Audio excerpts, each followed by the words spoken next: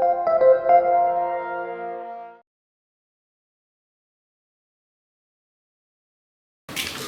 morning, everyone. For those of you who were here last year, you are somewhat familiar with the spectacle that you're about to experience. The sentence that's in the front of our room, Asot tzedakah u'mishpat nivchar Hashem mizobach, Hashem's emphasis on the idea of tzedakah u'mishpat and the idea of righteousness, of justice, is tremendous. Derech eretz kadma laTorah. First thing that has to happen is that we have to behave and treat each other with honesty, with integrity. You guys are about to experience court. There's a case in front of you that you're going to be introduced. I just want to make the rules clear. Everybody will get a chance to participate, but you have to keep the decorum in the court absolutely quiet. Listen for evidence. Don't fall for theatrics. Make sure you pay attention to the actual information of the case. And with that, we're going to call in the honorable judges. All rise for the honorable judges.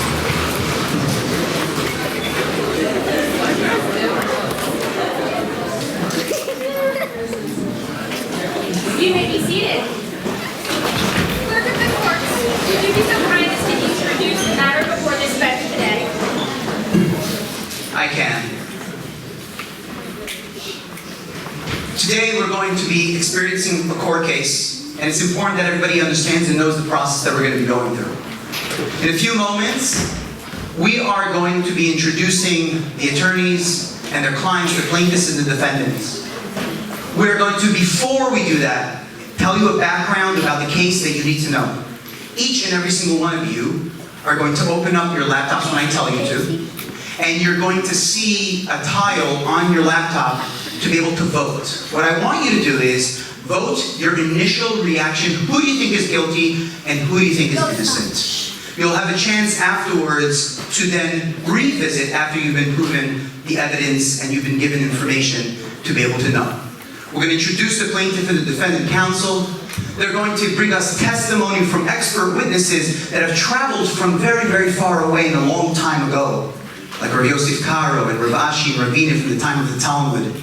They're going to come here to give you their expert opinions and tell you exactly the information that you need in order to be able to judge this case. We're then going to have closing statements. You'll get a chance to vote a second time. The jury will vote. The high school jury will vote. The judges, of course, will give their verdict. And between the jury, the judges, and the audience, we will have a final verdict. Let me introduce you to today's case. Today's case is the T-shirt Showdown. What we have is really, really simple. Two people went into business together, Miriam and Danielle. Miriam, who is the plaintiff, went into business with Danielle. They decided they're going to design T-shirts. Torah tees, they call them. T-shirts that have themes of Torah in them that are going to be really, really popular and amazing. Miriam, incredible artist that she is, made these unbelievable designs. And she asked Danielle to join her and to be her 50-50 partner because Danielle's the business mind. She's going to run in marketing. She's going to do all the books and clients and the website. She's going to run all of that so that Miriam can be focused purely on the art form that she needs to do. They were in business. Things went really well. They started selling a lot of T-shirts. So much so that Nike came over to them, saw Danielle at a show and said, Danielle, love these T-shirts that your company's having. Would you sell it to us for $5 million? Sell us the design. Danielle's like, awesome deal, where do I sign? She signed the deal. She comes back from the show, says to Miriam, Miriam, you wouldn't believe it. We're going to be sipping on coconuts. $2.5 million to each of us. We sold our design. Miriam's like, you did what? We sold the designs to Nike. What could be better than that? These are my designs, says Miriam. Mine! You didn't call me and ask me. Danielle says, but I'm the business partner, and I did it on behalf of both of us, to our benefit. Miriam's like, you're going to hear from my lawyer. Miriam went ahead and she hired a very expensive lawyer with a really large team who had been poring over evidence and trying to figure out how to make a case on her behalf. Before you today is going to be this case that's being presented. Open up your laptops quickly. Open up your laptops. The question of today is, should Danielle be permitted to sell the t-shirt design to Kosher Couture, Nike's subsidiary, without Miriam's explicit permission? A would be yes, Danielle acted within her rights as a partner.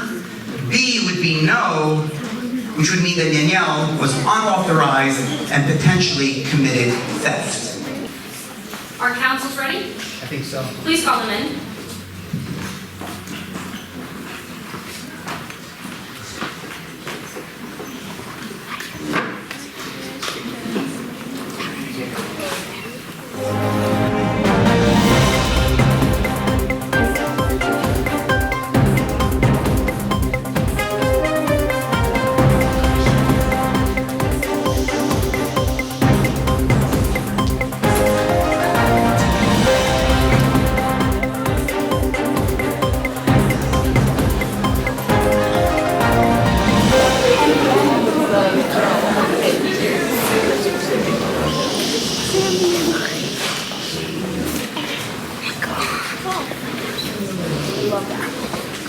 Councilors, who here represents the plaintiff?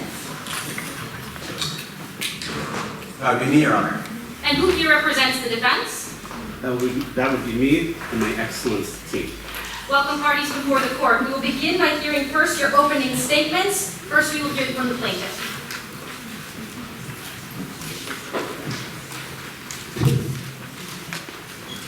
Honorable judges, colleagues, audience in the gallery.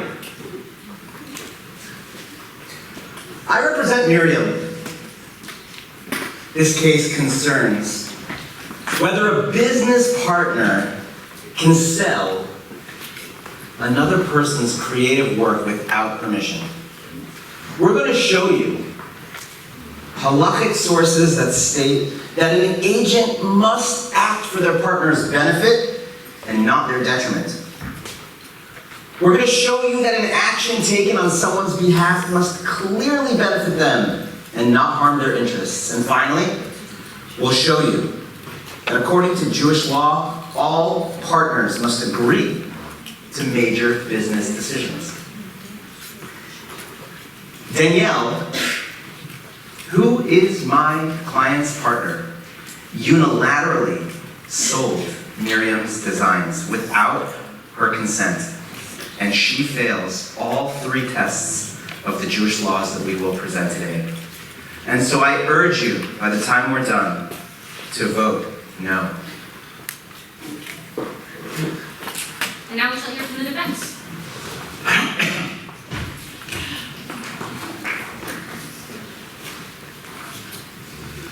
Good morning.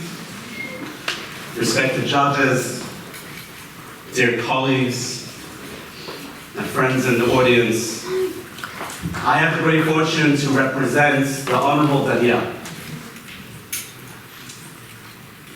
In any startup company, in anyone trying to make money, decisions sometimes have to be made quickly, in the spur of the moment. We are going to demonstrate to everyone in the room today that halacha supports the decision that Danielle made. And in fact, not only does it support the decision that Danielle made, it was her job. It was why she was there. The Talmud is going to teach us that one can acquire something for someone else as a benefit, without that person there. The Talmud calls it zachin la'adam shelo b'fanav. I can acquire something for you, even if you're not there. In another location in the Talmud, we're going to see that in a case of partnerships, in a case of business, money is considered divided. Profits are considered divided even before they actually divide the profits. They are automatically divided. And in the final source from the Talmud, you are going to hear that an agent's actions is as if the person themselves did it. The Talmud calls this shulcho shel adam kmoto. That my actions as an agent of you are as if you yourself did it. Danielle's sale was routine. It was a routine business decision that benefited the partnership and was the foundation of her professional responsibility. I respectfully ask you, members of the jury, to vote innocent.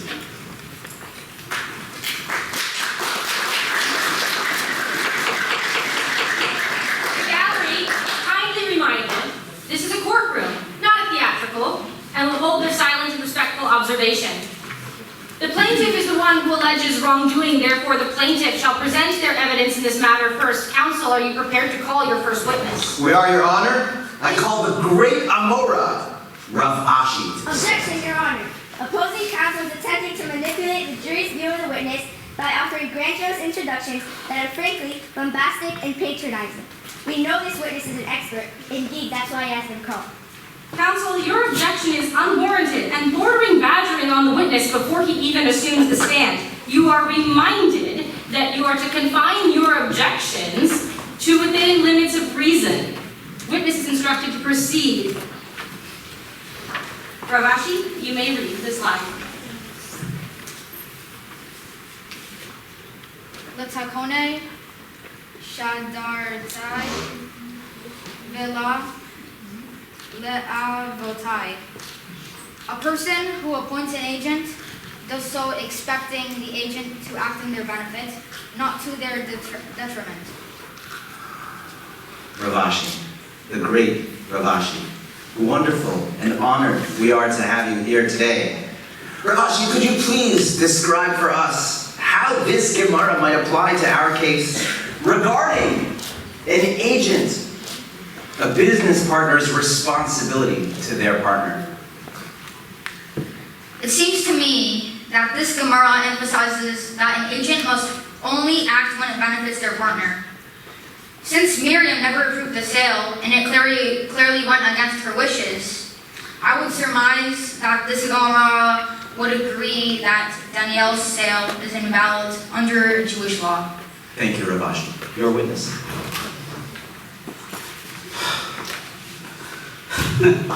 Ravashi. Oh, great Ravashi.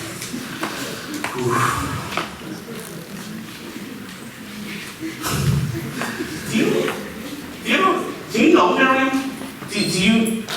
What's the nature of your relationship with Miriam? Because you're coming to conclusions, and they are definitely informed by your expertise, but it sounds to me like there might be some other connection that our honorable jury should know about. Objection, Your Honor. How many questions does he want to ask before he allows our witness to answer? Okay, Your Honor. Frankly, I didn't know there was a limit to the number of questions I'm allowed to ask. So I will do my best to sum it up, as my honorable colleague asks me to do, in one question. Rav Ashi. Sorry, Rav Ashi, are you? Okay, good. Rav Ashi. I just looked like you were learning. Rav Ashi. Do you have a strong knowledge of the agreement between Miriam and Danielle that qualifies you to pass judgment in this case? I'm not really here to speak in their relationship. I'm here to explain this Gemara to you. It seems to me that when personal creative work is involved, the benefit must be direct and unambiguous. Any harm, even if unintended, would render the action improper. Thank you. I'm sorry, for clarity of the record, did you mean direct and unambiguous? Yes, Your Honor. Thank you for the clarification. Are there any further questions for this witness? No, Your Honor. Thank you very much for your testimony today. You are dismissed. Are you prepared to call your second witness, counsel? Yes. I call our second witness, the Honorable Rabbi Yosef Karo, to the stage. Author of the Shulchan Aruch, to the stand. Thank you for coming.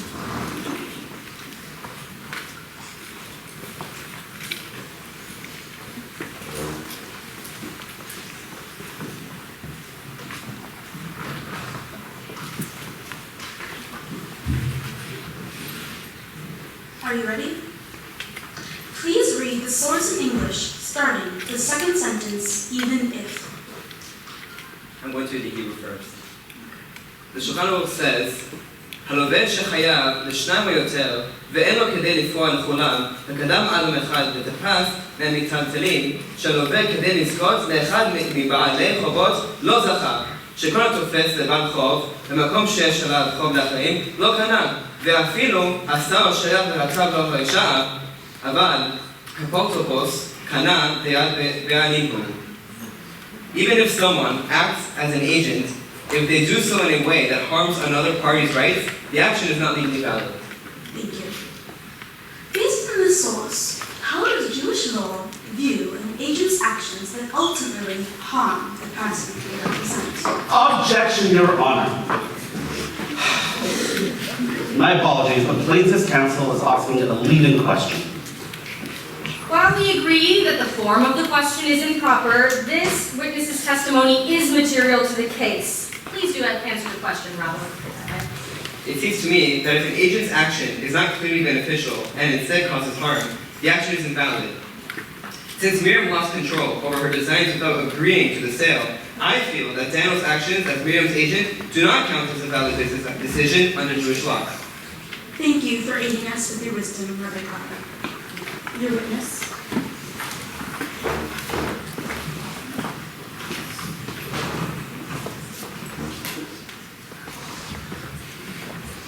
Rabbi Carter, could you explain if there's any scenario under this halakha that a beneficial act might still cause minor harm but still be allowed? Or is any harm disqualified? Didn't Miriam stand to benefit financially from this deal? In my view, even minor harm can be disqualifying when the action is meant to represent someone's personal creative work. The standard here is very strict. The action must be entirely beneficial. Objection, Your Honor. The witness is misleading us again. Counsel, a reminder. You cannot object to a witness's testimony simply because you disagree with him. All right, any further questions for this witness? Any questions, Your Honor? Yes, we do have a few more questions for this witness. I respectfully ask Rabbi Yosef Karo to stay where he is to help explore our next piece of evidence. Please read the source in English. I will also read in Hebrew. היה זמן ידוע למכירת אותה סחורה, יש לכל אחד מהם לעכב שלא יחלקו, עד שתימכר בזמן הידוע למכירתה. ואין אחד מהם אותה, לא מהקרן ולא מהרווח, עד שזמן החלוקה. In a business partnership, any significant financial decision requires agreement of all partners. No partner may take money or make major transactions without the full consent of the others, unless there was a prior agreement permitting such actions. Rabbi, what does this halakha teach us about making important decisions in a partnership? This halakha makes it very clear that in a business partnership, all partners must agree to major decisions. Since selling creative work is a significant transaction affecting ownership and value, it seems to me that this sale should have required Miriam's full consent. Thank you, Rabbi. Your witness.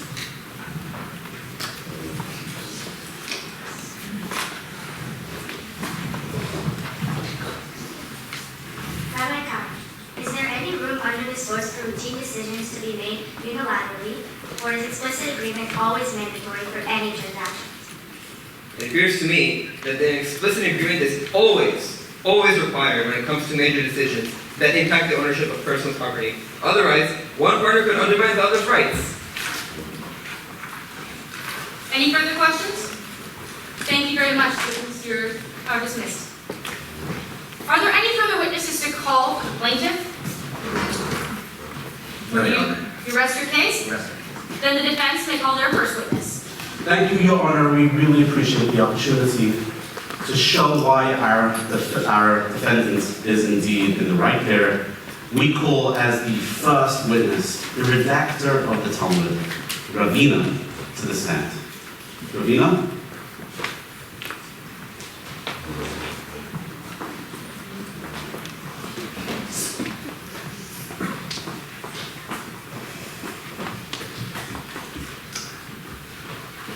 Ravina,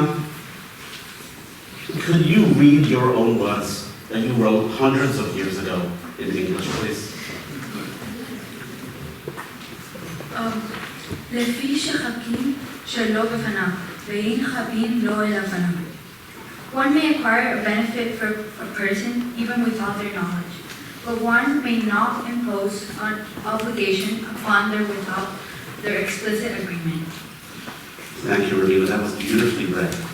Would you take a minute to think and share with us how you might apply this principle to my client, to Danielle's sale?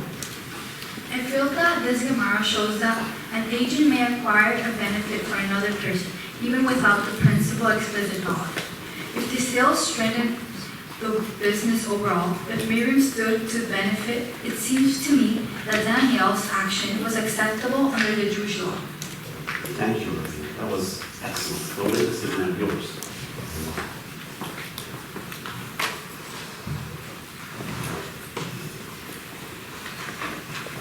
Honorable Ravina, as the wise person that you are, would you agree that while Miriam supports making money in general, it does not automatically justify actions that might harm her personal interests? In my opinion, the benefit must be clear and outweigh any potential harm.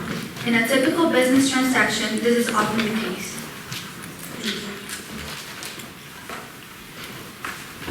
No more questions, Your Honor. To this witness. Are you prepared to call your second? We are prepared to call our second witness. Please bring them before us. Our second witness, the Amora, Rav Papa, please read the source of the video. Sorry, Your Honor, 1 second.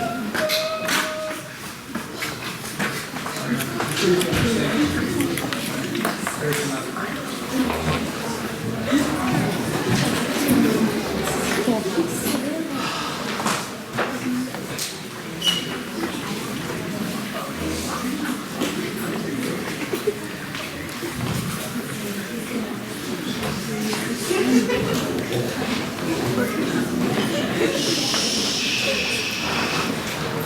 Are we prepared? All right. A reminder to the gallery, we are observing silently to heed this witness's testimony. Proceed with your questioning, counsel. How does this case relate in any way to shared decision making in partnerships? Could you please read the source of the video? אותו יקמה ורב ככה, אמר לי מאי נפקח, מתמידו. אחי אמר נחמן, זוזי כמן דכלי יתאמו. A case came before Rav Papa, where partners had not yet formally divided their money, but he ruled that the money was already considered split between them.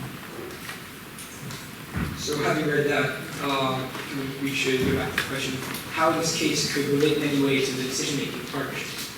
I feel that this Gemara supports the idea that partners are considered to have already divided their profit, even before discussing the split. This suggests that decisions can be made on behalf of the entire business. It seems to me that if Miriam's designs were integrated into the business, then the sale could be seen as valid. Thank you.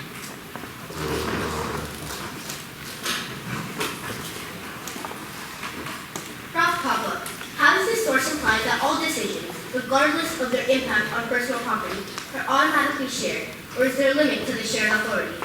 This evidence doesn't address the limits of this authority. Thank you.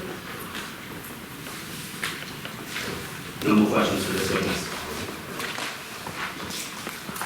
Any further witnesses to call on this matter? We do. One more witness. I call the third witness, Rabbi Yoshua ben Kocha.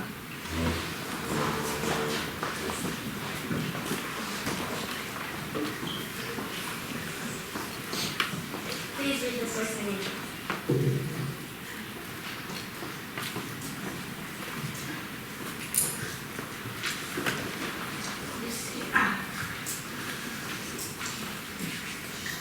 אמר רבי יהושע בן קורחה, מניין של שלוחו של אדם קנתו, שנאמר, ושחטו אותו כל קהל עדת ישראל בין הערביים, וכי כל הקהל כולם שוחטים, והלא אינו שוחט אלא מכך שלוחו של אדם כמותו. As Rabbi Yeshua ben Korcha says, the legal status of a person's agent is like that of himself. How does this source support Danielle's authority to act as an agent? I feel that this statement shows that when Danielle acted, her actions are binding as if Miriam had done them personally. It seems that Danielle, as a business manager, had authority to negotiate sales for the company.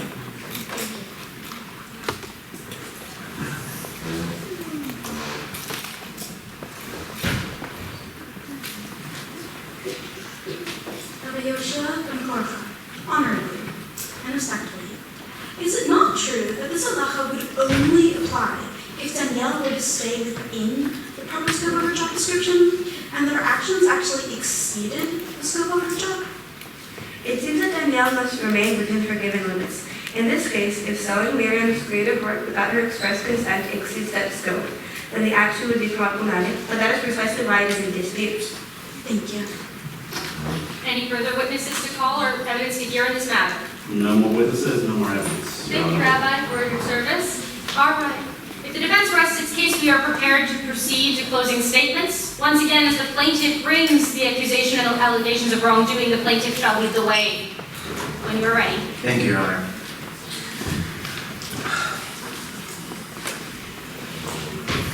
Miriam is the creative force behind this venture. But this case isn't just about a business deal, guys.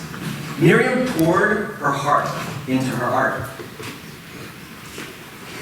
That art is a vital part of who she is. My opponent argues that quick decisions can help a business. But what's the cost when someone's personal creation is sold without the permission? When a business partner acts, they must work solely for the benefit of the person they represent. We saw this in every source and every expert witness we called. With both business competence and the sensitivity to their partner. But by selling Miriam's designs without her consent, Danielle broke that trust. This is a matter of trust and respect. Miriam trusted that her work would be handled with care, and that trust was betrayed. I ask you to stand with Miriam and protect the integrity of creative expression by voting guilty. Thank you.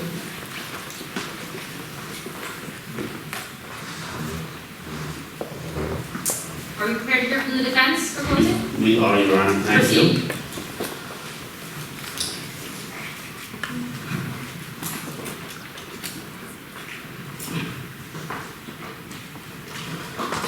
you. Your Honors, members of the jury, the people who have come here today to show support for Danielle. We recognize that art is hard. We recognize that the plaintiff worked incredibly hard over her designs. And we recognize the very basic truth that business is business. That they entered an agreement, and my client's job was to make money for the company. We recognize, my friends in the jury, that this is hard, and that the plaintiff, post facto, after the fact, is trying to change the terms of their agreement. And we're sorry. It's too little, it's too late. Miriam's job was to create. My client's job was to deliver value. Both clients did their job, but maybe a little too well. We have shown that Danielle's acts within the framework of halacha. Her act of agency is recognized by Jewish law.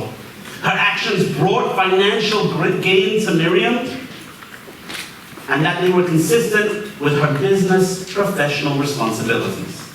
Danielle's decisions were made in good faith to strengthen the business, and we respectfully ask you to vote innocent. Thank you so much.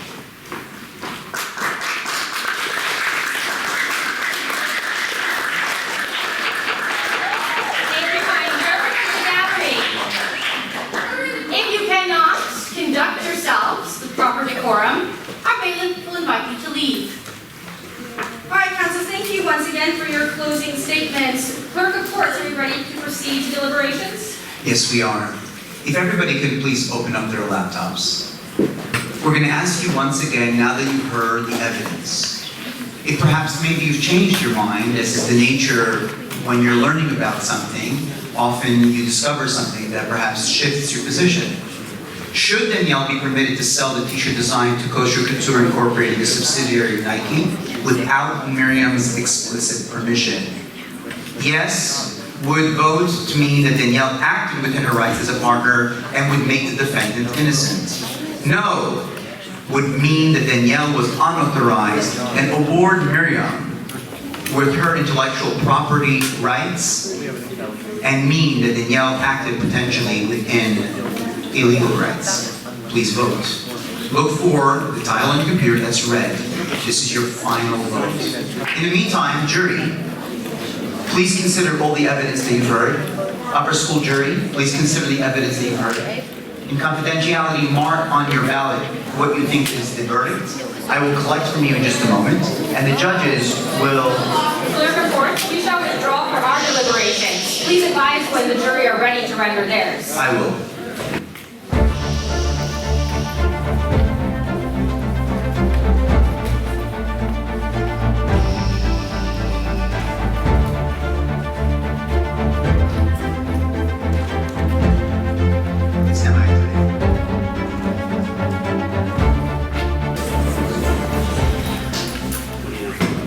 Let's see what the audience voted. Before we get to that, the way the ruling's going to work, we have the jury together is one vote. The audience gets the second vote, and the third vote is going to be the judges. So we're going to start with the audience and see what the audience voted. If we could please ask the counselors and their clients to please rise for their verdict. Just the counselors and their clients.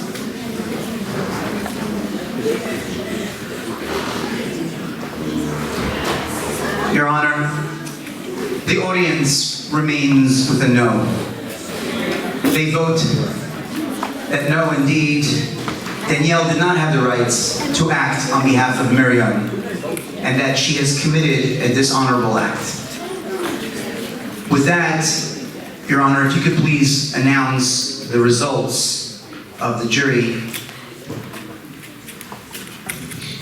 Across the two juries, we have an even split. The jury has come to no consensus. If we can now hear the ruling from the judges. This court finds, in the matter of Miriam versus Danielle, that Danielle should not have been permitted to sell the t-shirt designs.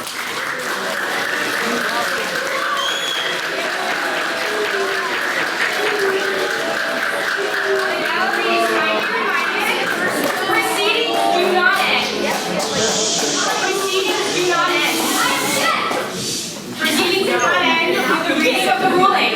For in matters of justice, every ruling should be supported by reason. And here is our reason. We found in this matter that while both cases brought compelling evidence, it came down to strict construction of the language. There is one piece of evidence that was read into scope very clearly. Chosen Mishpat 17617 said there is an absolute requirement to consult between partners on a major business decision. The remaining evidence brought before us by the defendant contains permissive language, can, may, but there are no absolutes within that, which require us to turn to the facts. Because even within the defense's own case, they admitted if there was ambiguity of benefit, their case would fail. And we believe there was ambiguity of benefit. Danielle was the artist at heart and made it clear that the art was her passion and the art her contribution. Therefore, she ought to have been consulted before control of what was nearest and dearest to her was ceded. Furthermore, scope of duty was somewhat ambiguous here. If Danielle was in charge of all things related to art, then it looks at least doubtful that into her artistic control was within the scope of Danielle's duties. So while we do not accuse the defendant of malicious intent, we find, based upon the law and the force of its construction, that the plaintiff here is entitled to damages. Thank you very, very much. Boys and girls, what you've seen today is just a little window into what it takes to really consider business ethics and the idea of truly being honest in business. I want to thank the jury in the middle school. I want to thank the jury in the upper school. I want to thank the first and second counselor. I want to thank the attorneys. Let's give a round of applause. First and second counsel. Thank you, jury. Thank you, jury. And of course, I want to thank the honorable judges, Ms. Lori Kubak, Chief Judge Elizabeth Pratt, and of course, the Associate Judge Daphna Bar-Yosef Mordapna. Thank you very, very much. We in turn thank the Honorable Clerk of Courts, and if there are no further matters before this court. Thank you very much, and of course, our bailiff. Thank you very much. Shabbat shalom, everyone. Shabbat